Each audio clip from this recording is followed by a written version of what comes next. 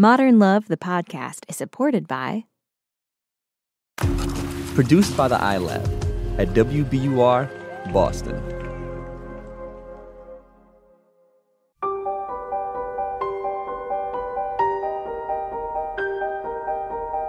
From the New York Times and WBUR Boston, this is Modern Love. Stories of love, loss, and redemption. I'm your host, Meghna Chakrabarty.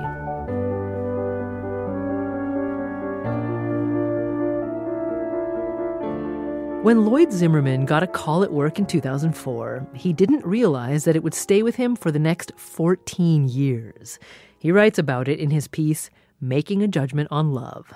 It's read by Giancarlo Esposito. He plays Gus Fring on Better Call Saul, reprising the role he played in Breaking Bad.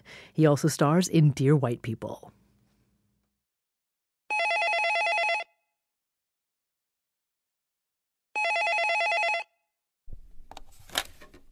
The call came in around 3:30 p.m. on a sultry Minnesota day. The hospice social worker, Cheryl, explained the situation in a rush. She had tried 15 judges, and all were either in court or otherwise unavailable. By chance, she had reached me directly. I had just finished a tough trial and was in my chambers, surrounded by judicial detritus, legal briefs, scores of exhibits. This was the sanctuary where I went to nurse my wounds after a day of inhaling other people's problems, name-calling, failed relationships, poor judgments made by people sometimes young, sometimes old, usually emotional. To be honest, I almost didn't answer the phone. The protracted and petty legal combat I had just suffered through was a case that should have been settled, but for bad blood in a family relationship, I'd survived, presiding over a trial that was neither great nor good. It was done. But it was not my proudest moment as a judge.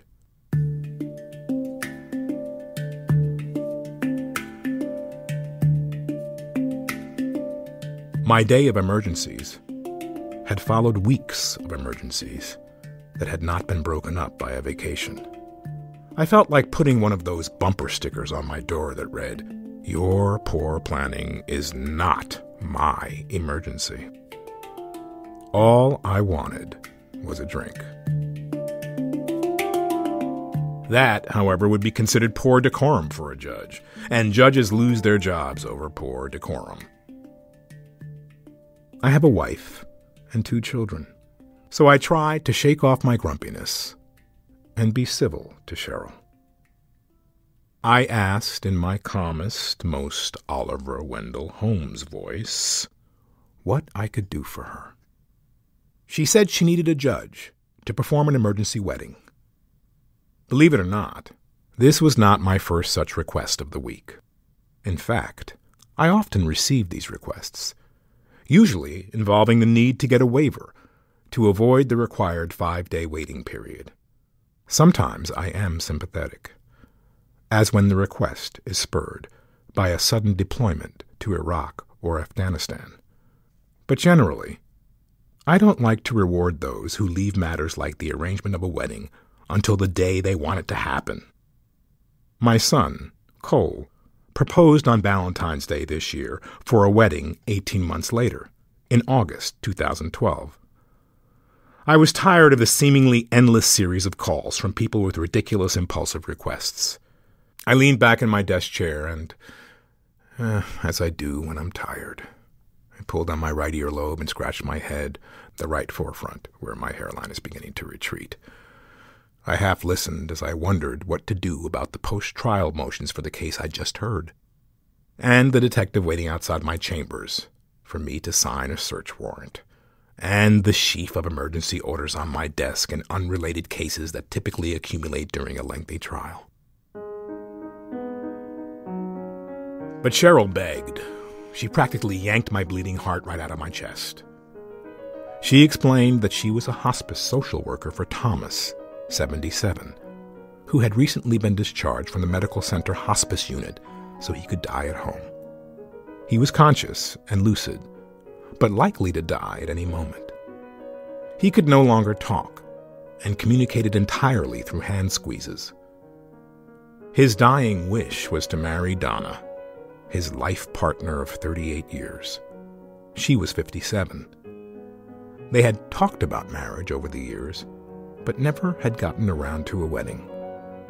They had even gone so far as to fill out the application from the downtown wedding license center. Was this yet another case of people irresponsibly leaving things to the last minute? Probably. But I realized in the moment it didn't matter. People do stupid, human things. I could make this one right. By law, the couple was required to attest in person, under oath, in front of the wedding license official, that all of the statements on the application were true, that they wanted to marry each other, and that as required by Minnesota law, we are no nearer of kin than the first cousins once removed, that there is no legal impediment to this marriage, that neither of us has a spouse living, and that one of the applicants is a man and the other is a woman. The Wedding License Bureau had told Cheryl that no one there had the power to issue an emergency license by phone, but maybe she could try to reach a judge. There were formalities, the 5-day waiting period, and an appearance in person at the Wedding License Bureau. There was no official procedure for an emergency deathbed wedding license. When someone goes to the trouble of trying to contact 16 judges, there's usually an important issue at stake. But I was a sorry excuse for a judge that day, and I was in no shape to do anyone a good deed. Even if I could figure out a way to do something that no one else wanted to do, something that violated every established process and had to represent some kind of poor planning by the couple, the reward, I thought in the back of my mind, was that I would be sued by some disgruntled heir who had been disinherited by the unorthodox wedding, or criticized by the License Bureau for not doing it exactly as specified, or publicly flogged by the Court of Appeals if my actions turned out to be illegal. Also, my courthouse in downtown Minneapolis was at least 20 miles from their home, a trip that takes 30 minutes under the best circumstances. And in this case, the evening rush was already underway. Thomas was near death. The only option seemed to be a telephone wedding. Yet that would violate the rule requiring the wedding to occur in the presence of a judge. My brain said no. No. My court clerk stood outside my door at the head of a growing line that included a detective with the search warrant and the lawyers from the last case still unwilling to go home. My clerk, whose job it is to protect me from others and myself, mouthed, "Go home."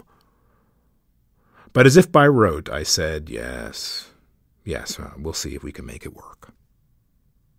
You see, my father had died of liver cancer a few years earlier. I'd visited him in Chicago while he was sick, putting a mat under his hospice bed and sleeping next to him, holding his hand so I could be there in his dying moments. Everyone thought he had hours to live. Then he rebounded, and I flew home to Minneapolis and returned to work.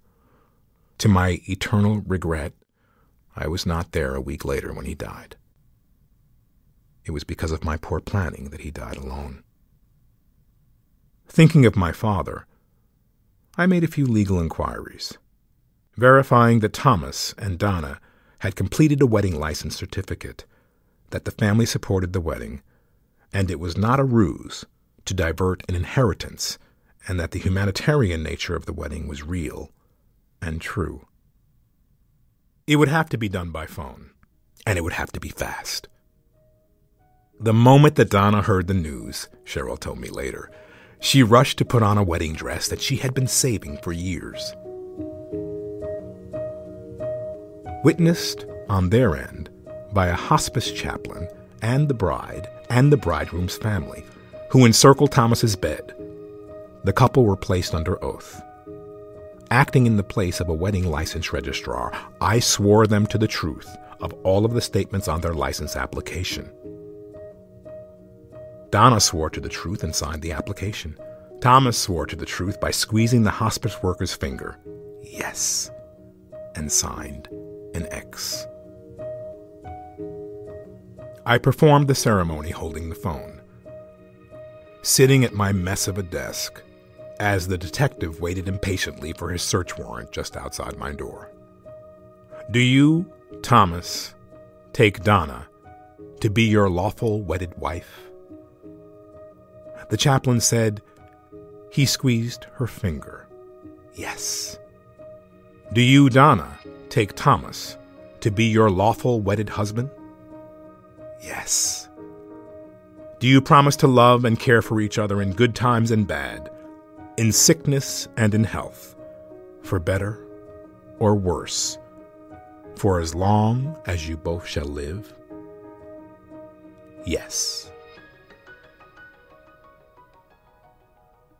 With the families looking on, I pronounced Thomas and Donna husband and wife, invoking the power vested in me by the laws of Minnesota. I told them that after 38 years together, they could now kiss each other for the first time as a married couple. I was told they did. And later that evening, Thomas died.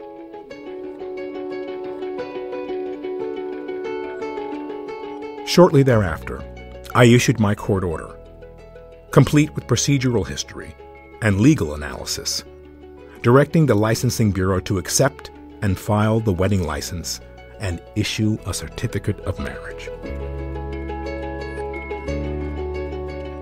I have written thousands of orders in my many years as a judge. This was my best.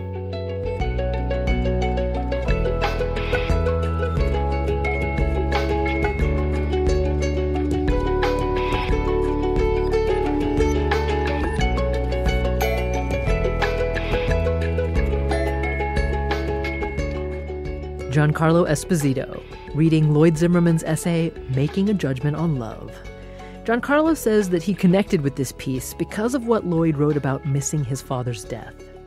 I had the same experience he did. I went to Florida when my father was dying, walked into a hospital. I flew all day to get there from whatever countries I was coming from. And I walked in, there was no nurse on duty, there was no doctor there. And I walked into his room, and just after I stepped in the door, he flatlined. And a moment later, a man came in a blue shirt, didn't even look like a doctor, took a pen out of his pocket, stuck it in between his ribs, and made a hole. Said, "Put your finger here." His lung has collapsed. I put my finger there. He took a pump. He pumped his lungs up. I stayed with my father for about 4 or 5 days, holding his hand, talking to him, and he got better. And I got on a plane, and I went home for the weekend to talk to my family about what to do with him when he got better and where we would put him. And he died before I got back. So we sort of pass on our stories, and we share them with each other to give each other strength and allow each other some release from the pain that we've held from things that didn't happen that we wanted to happen. But it's all okay because, this is life. Thanks to Giancarlo Esposito for reading this week's piece. He stars in AMC's Better Call Saul, and he's also in the Netflix show Dear White People. We'll catch up with Lloyd Zimmerman after the break.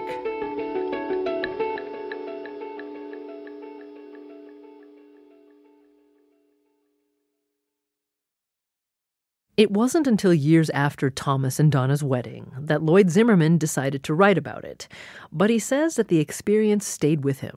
It was one of the most remarkable things that happened in my life. It took maybe 20 minutes, 7 years earlier. I always wondered, who was Thomas? Who was Donna? What was the story of their life? After his piece came out, he got a chance to find out. A reporter at the Minneapolis Star-Tribune read Lloyd's Modern Love piece and tracked down Donna. Then the reporter arranged for Lloyd to meet her. It was a short meeting in her living room.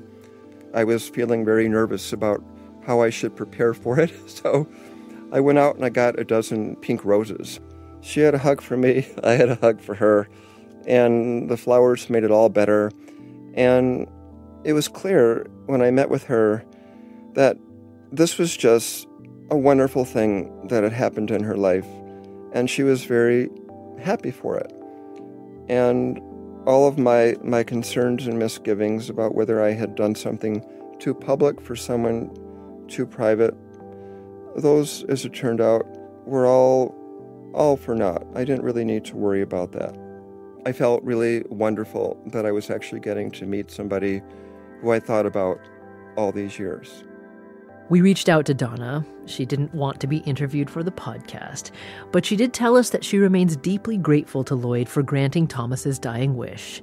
And Lloyd says that's something that resonated with readers, too.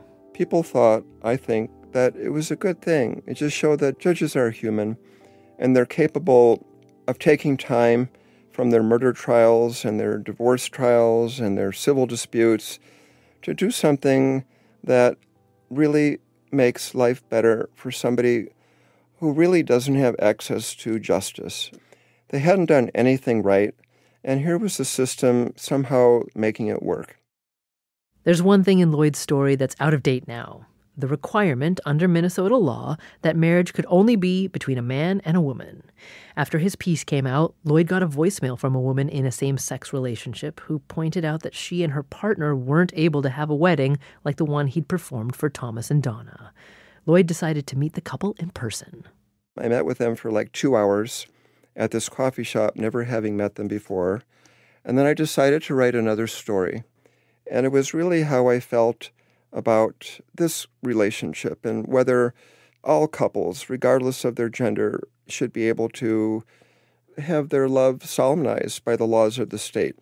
And one of the justices of the Minnesota Supreme Court came up to me one day and he said, I like that story even more than the one that you wrote for the Times.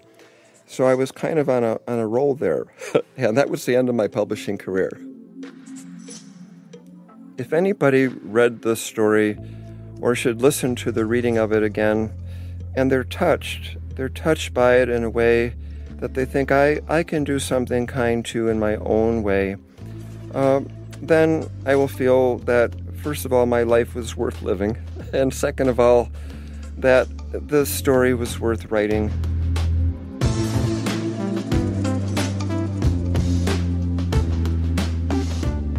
That's Lloyd Zimmerman.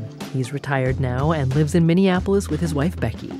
He has 2 children and 2 grandchildren, whom he calls his reason for living. We've got more after the break.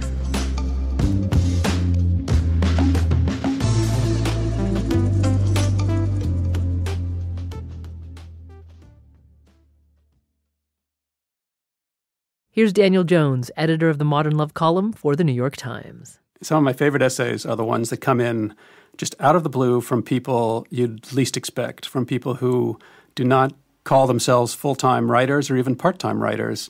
They're people who have devoted their lives to other things, and yet they come up with these stories that are moving and well-written and just sort of right on the nose in terms of what works well for modern love.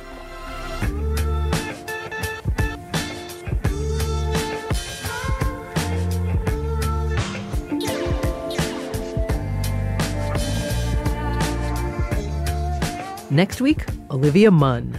If I've learned anything during the approximately 27 times I've watched When Harry Met Sally, it's that you need to ignore your best friend for a month. And in that time, he will realize he's in love with you and will come charging back into your life at the first available opportunity. So, I ignored Kevin's texts and calls, patiently waiting for him to realize we really were supposed to be together.